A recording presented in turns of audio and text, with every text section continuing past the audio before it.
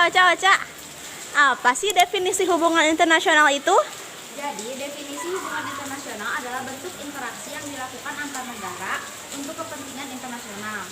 Hubungan internasional biasanya mencakup berbagai aspek kehidupan, baik itu bidang politik, ekonomi, sosial, budaya, dan lain sebagainya. Untuk memenuhi kebutuhan di dalam negeri, setiap negara pastinya membutuhkan negara lain. Ada dua hal yang membuat suatu negara saling bergantungan satu sama lain, yakni karena adanya perbedaan kondisi geografis dan sumber daya manusia. Adanya kebutuhan atau tujuan tersebut yang membuat hubungan internasional timbul. Hal itu berarti adanya hubungan internasional sangat bermanfaat bagi suatu negara. Fan, isu global itu ada berapa sih? Isu global itu ada 3, yaitu ada konflik internasional, perdagangan internasional, sama perubahan iklim. Di sini aku bakal ngejelasin konflik internasional. Konflik internasional yang sedang hangat dibicarakan saat ini ialah konflik yang terjadi di Eropa Timur antara Ukraina dan Rusia. Perang Ukraina dan Rusia adalah perang berkelanjutan antara Rusia dan Ukraina. Konflik ini dimulai pada Februari 2014 setelah revolusi martabat Ukraina, dan awalnya berfokus pada status Crimea dan bagian dari Donbas yang diakui secara internasional sebagai bagian dari Ukraina. Pada 24 Februari 2022, Rusia telah melancarkan operasi militer khusus ke Ukraina. Operasi militer ini diluncurkan 3 hari setelah Presiden Putin mengakui 2 wilayah Ukraina, Donetsk dan Lugansk, sebagai wilayah independen. Pada 21 sampai 27 September 2022 telah berlangsung referendum di 4 wilayah Ukraina, yaitu Donetsk, Lugansk, Zaporozhye, dan Kherson, untuk menentukan bergabung atau tidaknya dengan Rusia. Lalu ada dampak konflik Rusia dan Ukraina terhadap dunia. Konflik Rusia-Ukraina yang sudah berlangsung sejak Februari 2022 ternyata telah berdampak buruk bagi banyak hal di dunia. Konflik berkepanjangan Rusia dan Ukraina memberikan dampak bagi dunia seperti krisis pangan, keterbatasan energi, dan inflasi dunia. Dampak global perang Rusia-Ukraina yang paling terasa adalah ancaman krisis energi dan pangan yang telah dirasakan oleh banyak negara di dunia. Dari sektor energi, rentetan sanksi yang diberikan negara barat kepada Rusia telah membuat Rusia memangkas pasokan gas hingga 60% bagi sebagian negara di Uni Eropa. Karena hal ini, banyak negara di Eropa terpaksa untuk melakukan transisi energi dari gas alam kembali ke batu bara. Selain itu, blokade Rusia terhadap Ukraina di Laut Hitam juga telah berdampak pada naiknya harga komoditas di dunia, terutama gandum, jagung, minyak bunga matahari. Pasalnya, kedua negara tersebut adalah pengekspor 7,3% gandum dunia, pengekspor 70% minyak bunga matahari dunia, dan pengekspor 2,6% jagung dunia. Terima kasih. Tuh. Hey. April, kamu tahu gak apa itu perdagangan internasional dan perannya bagi hubungan internasional? Tahu sih, nih aku jelasin. Jadi, perdagangan internasional merupakan proses tukar-menukar barang antara dua negara atau lebih untuk mendapatkan laba. Penduduk yang dimaksud dapat berupa perorangan, antara individu dengan pemerintah suatu negara, ataupun pemerintah suatu negara dengan pemerintah negara lain.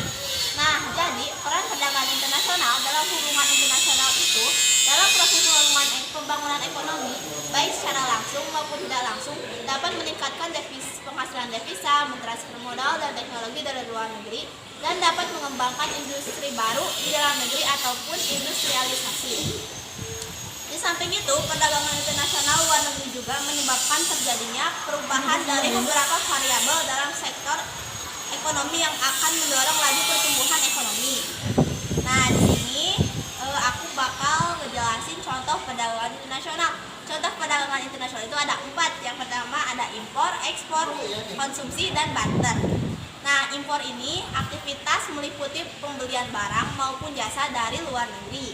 Lalu ekspor merupakan kegiatan yang bertujuan untuk mengirim barang buatan atau bersumber dari suatu negara ke wilayah luar. Kalau konsumsi adalah Contoh lain dari perdagangan internasional juga nih.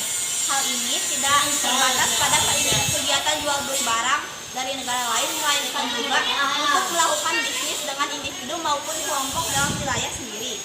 Yang keempat, barter. Barter itu aktivitas tukar menukar barang atau produk yang bernilai lainnya. Ini pun kerap dilakukan oleh orang-orang dalam negeri dengan pihak luar.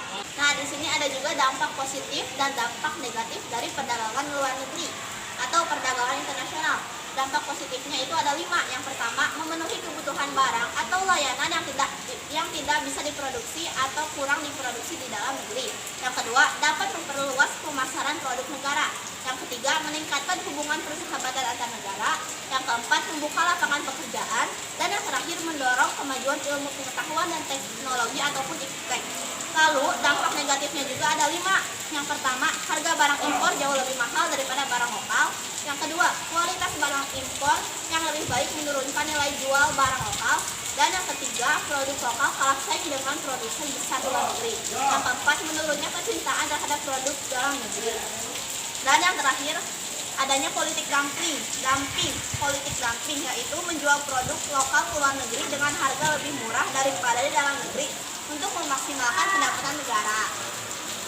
Ajri, apa sih perubahan iklim itu? Menurut Wikipedia, perubahan iklim adalah perubahan yang terjadi secara signifikan mengenai pola cuaca yang dihitung berdasarkan angka statistik dalam rentang waktu puluhan hingga ratusan tahun lamanya. Banyak faktor yang mempengaruhi terjadi perubahan iklim seperti proses biologis, radiasi sinar matahari, tekanan tektonik, erupsi gunung berapi, dan masih banyak lagi. Pentingnya perubahan iklim terhadap hubungan internasional. Intergovernmental Panel on Climate Change atau IPCC, sebuah wadah komunikasi internasional, menyatakan bahwa sumber terbesar perubahan iklim akibat meningkatnya suhu permukaan bumi atau global warming. Global warming terjadi karena meningkatnya konsentrasi gas rumah kaca di atmosfer. Gas rumah kaca secara alami didapatkan dari sumber penguapan dan erupsi di dalam konsentrasi yang normal. Dibutuhkan untuk menghangatkan bumi. Hanya saja IPCC di tahun 2007 mengeluarkan pernyataan bahwa penyebab terbesar meningkatnya global warming adalah hasil kegiatan manusia yang berbentuk gas rumah kaca. Penyebab perubahan iklim tersebut berawal dari aktivitas manusia yang tidak memperhatikan lingkungan, peningkatan gas rumah kaca, pemanasan global, dan kerusakan fungsi hutan yang mengurangi jumlah penangkapan karbon dioksida di bumi. Pentingnya untuk mengetahui mengapa ini semua terjadi, tidak hanya sekedar dampak alam yang berupa kuantitas saja. Kita juga perlu tahu fakta-fakta penyebab perubahan iklim. Lalu apa sih dampak terjadinya perubahan iklim ini bagi hubungan internasional? Dampaknya yaitu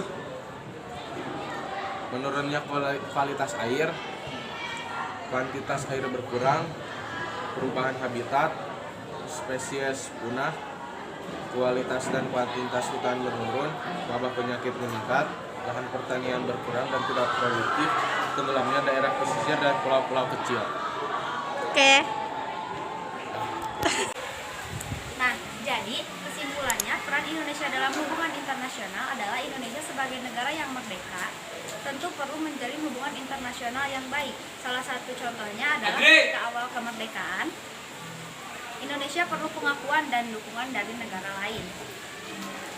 Akhirnya Indonesia menjalin hubungan dengan beberapa negara seperti India, Australia, Amerika Serikat, Belgia, dan Mesir. Di Indonesia sendiri, hubungan internasional dilakukan untuk meningkatkan persahabatan dalam kerjasama bilateral, regional, dan multilateral. Kerjasama tersebut dilaksanakan melalui berbagai macam forum sesuai dengan kepentingan dan kemampuan sosial. Indonesia terkenal memiliki prinsip bebas aktif dan menjalankan politik internasional. Artinya, Indonesia tidak terikat oleh pihak atau kubu manapun. Dan aktif menjaga dan melaksanakan ketertiban dunia yang didasari oleh kemerdekaan, perdamaian abadi, dan keadilan sosial. Menurut buku Dinamika Peran Indonesia dalam Perdamaian Dunia, hubungan internasional di Indonesia diarahkan untuk beberapa hal-hal berikut. Yang pertama, pembentukan negara suatu negara Republik Indonesia yang berbentuk Negara Kesatuan Republik Indonesia. Yang kedua, pembentukan suatu masyarakat yang adil dan makmur secara material atau spiritual dalam wadah Kesatuan Negara Republik Indonesia.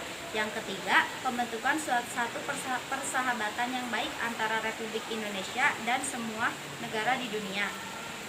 Ini menjadi dasar kerjasama untuk membentuk satu dunia yang bersih dari imperialisme dan kolonialisme. Yang keempat, mempertahankan kemerdekaan bangsa Indonesia dan menjaga keselamatan negara. Yang kelima, memperoleh barang-barang yang diperlukan dari luar untuk memperbesar kemakmuran jika barang-barang tersebut tidak atau belum dihasilkan sendiri. Yang terakhir, meningkatkan perdamaian internasional, meningkatkan persaudaraan segala bangsa sebagai pelaksanaan cita-cita bangsa Indonesia.